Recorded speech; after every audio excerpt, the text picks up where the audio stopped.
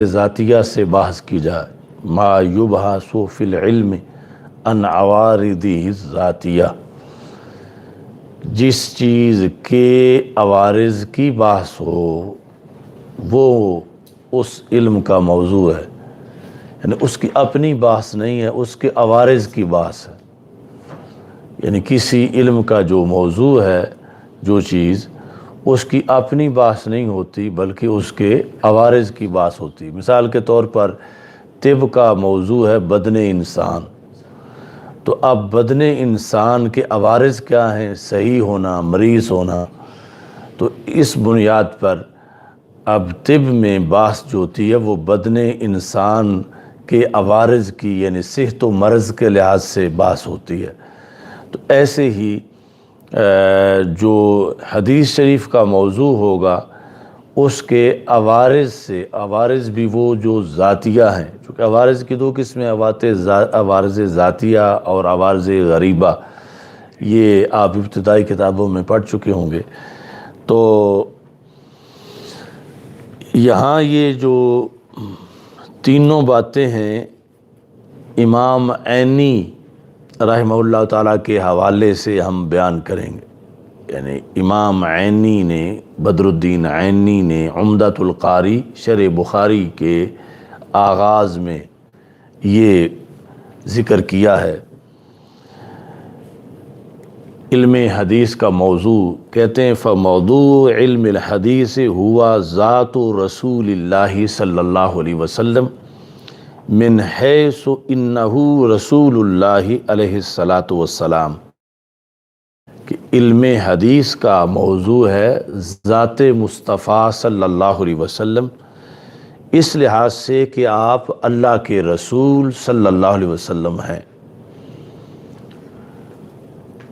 تو علم حدیث کا موضوع کیا ہے؟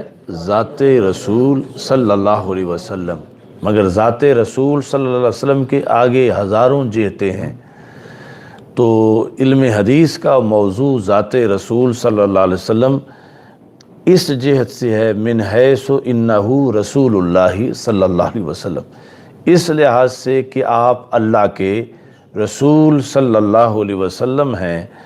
اس بنیاد پر نبی اکرم صلی اللہ علیہ وسلم کی ذات جو ہے وہ علم حدیث کا موضوع ہے۔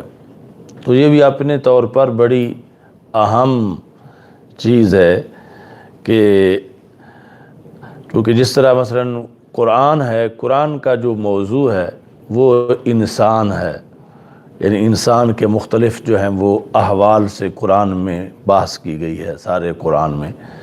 تو یہ حدیث جو ہے اس کا موضوع، علم حدیث کا موضوع جو ہے وہ ہے ذات رسول صلی اللہ علیہ وسلم، اس لحاظ سے آپ اللہ کے رسول صلی اللہ علیہ وسلم ہیں۔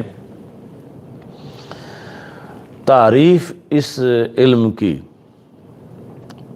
ہوا علم یعرف بہ اقوال رسول اللہ صلی اللہ علیہ وسلم وافعالہ واحوالہ۔ تو یہ سب کو زبانی یاد رہنی چاہیے کہ اس کی تعریف ہے علم یعرف بہ، کہ علم حدیث وہ علم ہے کہ جس کے ذریعے سے پہچانا جائے۔ یعرف کا نائب فعل ہے اقوال رسول اللہ صلی اللہ علیہ وسلم، وہ علم کہ جس کے ذریعے سے رسول اکرم صلی اللہ علیہ وسلم کے اقوال کو پہچانا جائے۔ وَأَفْعَالُهُ، اقوال پر عطف ہے، اور پھر دوبارہ لفظ رسول ذکر کرنے کی بجائے ضمیر لائی گئی ہے۔ اقوال رسول اللہ صلی اللہ علیہ وسلم وَأَفْعَالُهُ، رسول اکرم صلی اللہ علیہ وسلم کے افعال، وَأَحْوَالُهُ، نبی اکرم صلی اللہ علیہ وسلم کے احوال۔ تو خلاصہ یہ ہوا کہ علم حدیث وہ علم ہے کہ جس میں رسول اکرم صلی اللہ علیہ وسلم کے اقوال کو پہچانا جائے اور افعال کو پہچانا جائے اور احوال کو پہچانا جائے۔ اقوال، افعال اور احوال، تو یہ تین چیزیں ہیں علم حدیث میں جن کی پہچان ہوتی ہے۔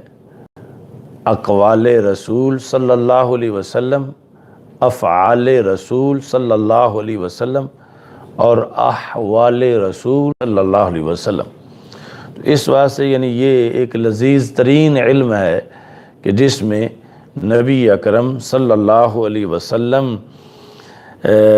کے ذات کے یہ جو حیثیات ہیں اس بنیاد پہ بحث کی جاتی ہے، اور سارے کا سارا جو بھی پڑھا جائے گا یا اس کا تعلق رسول پاک صلی اللہ علیہ وسلم کے فعل سے ہوگا، یا رسول پاک صلی اللہ علیہ وسلم کے قول سے ہوگا، یا نبی اکرم صلی اللہ علیہ وسلم کے حالات میں سے کسی نہ کسی حالت کے ساتھ اس کا تعلق ہوگا۔ غرض اس کی تو جس طرح یعنی صرف و نحو یا کوئی بھی علم ہے اس کی غرض بیان کرتے ہیں، تو اس کا ایک دوسرا اصطلاح جو ہے دوسری وہ فائدہ بھی ہے کہ اس علم کا فائدہ کیا ہے، اس کی غرض کیا ہے۔ تو فہی الفوز عادت کے حاصل کرنے میں کامیاب ہو جانا، یعنی دارین کی سعادت حاصل کرنا، یہ اس علم کا فائدہ ہے۔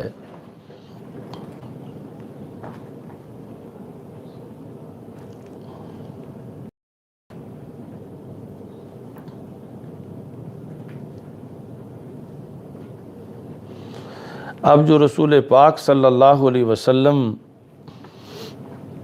کے اقوال ہیں،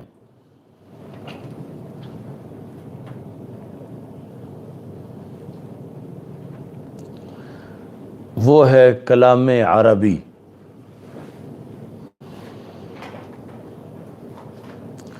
تو اس بنیاد پر یعنی حدیث پڑھنے کے لیے ضروری ہے عربی گرامر کا آنا، کیونکہ رسول اکرم صلی اللہ علیہ وسلم کے اقوال کو جانا جاتا ہے علم حدیث میں، تو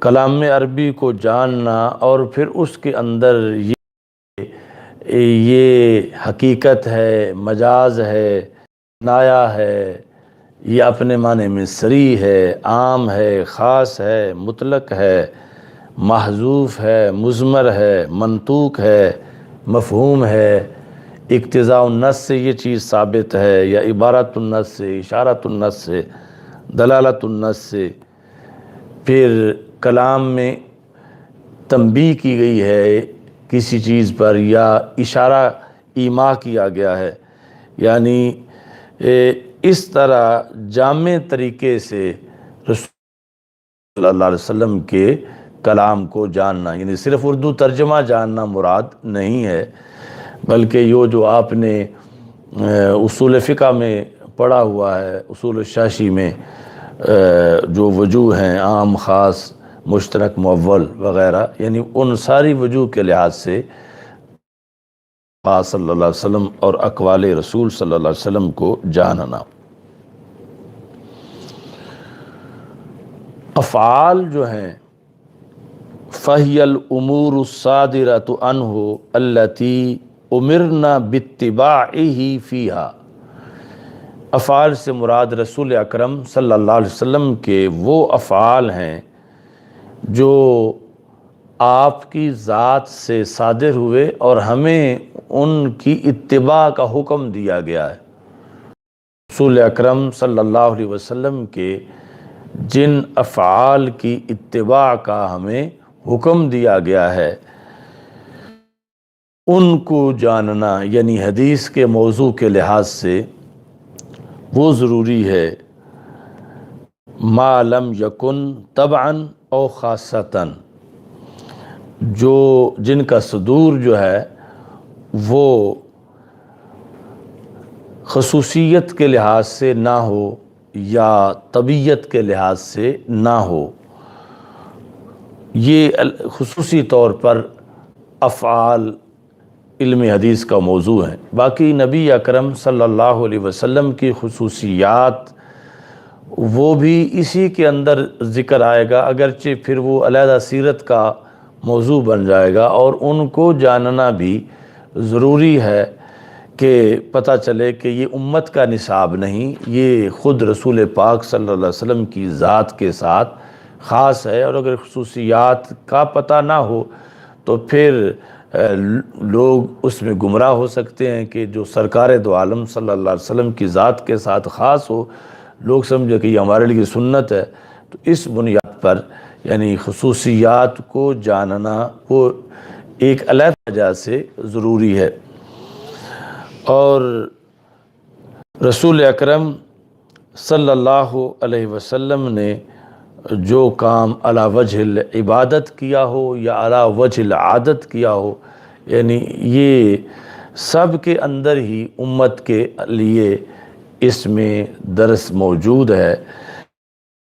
طور پر یہاں امامین نے لکھا کہ افعالہ کے اندر کہ وہ افعال کہ ہمیں جن کی اتباع کا حکم دیا گیا ہے، اور اس کی آگے پھر مزید قید بیان کی کہ جو از روئے طبیعت نہ ہوں اور خصوصیت کے لحاظ سے نہ ہوں، وہ خصوصی طور پر وہ افعال جو ہیں ان کو پہچاننا، اور پھر اقوال کو پہچاننا اور احوال کو پہچاننا، یہ علم حدیث کے اندر ضروری ہے۔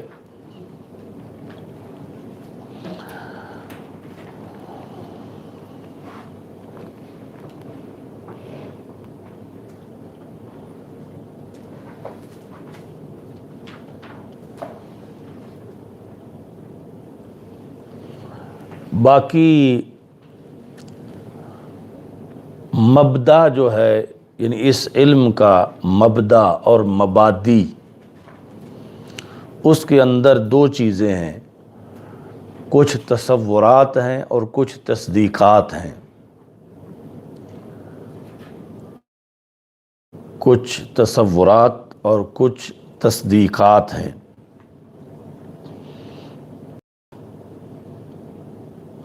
تصورات سے مراد ان اشیاء کی تعریفیں ہیں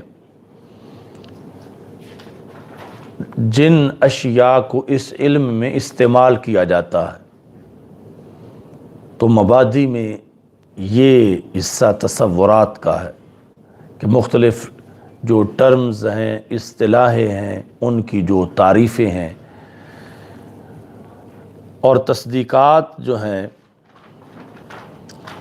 وہ مقدمات ہیں کہ جن سے پھر علم کے قیاسات کو مرکب کیا جاتا ہے۔ تو یہ مبادی ہیں دو طرح کے، تصورات اور تصدیقات۔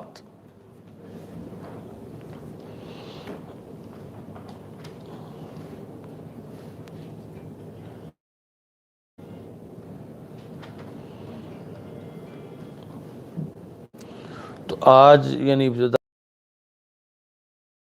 سبق ہے پہلا، اور اس کو اچھی طرح جو ہے وہ یاد کرنا ہے، زبانی عربی میں بھی اور ذہن میں بھی رکھنا ہے۔ الحمدللہ رب العالمین والعاقبۃ للمتقین والصلاۃ والسلام علی رسولہ الکریم۔ استغفر اللہ لا الہ الا اللہ وحدہ لا شریک لہ، لہ الملک ولہ الحمد وہو علی کل شیء قدیر، وصلی اللہ تعالی علی حبیبہ سیدنا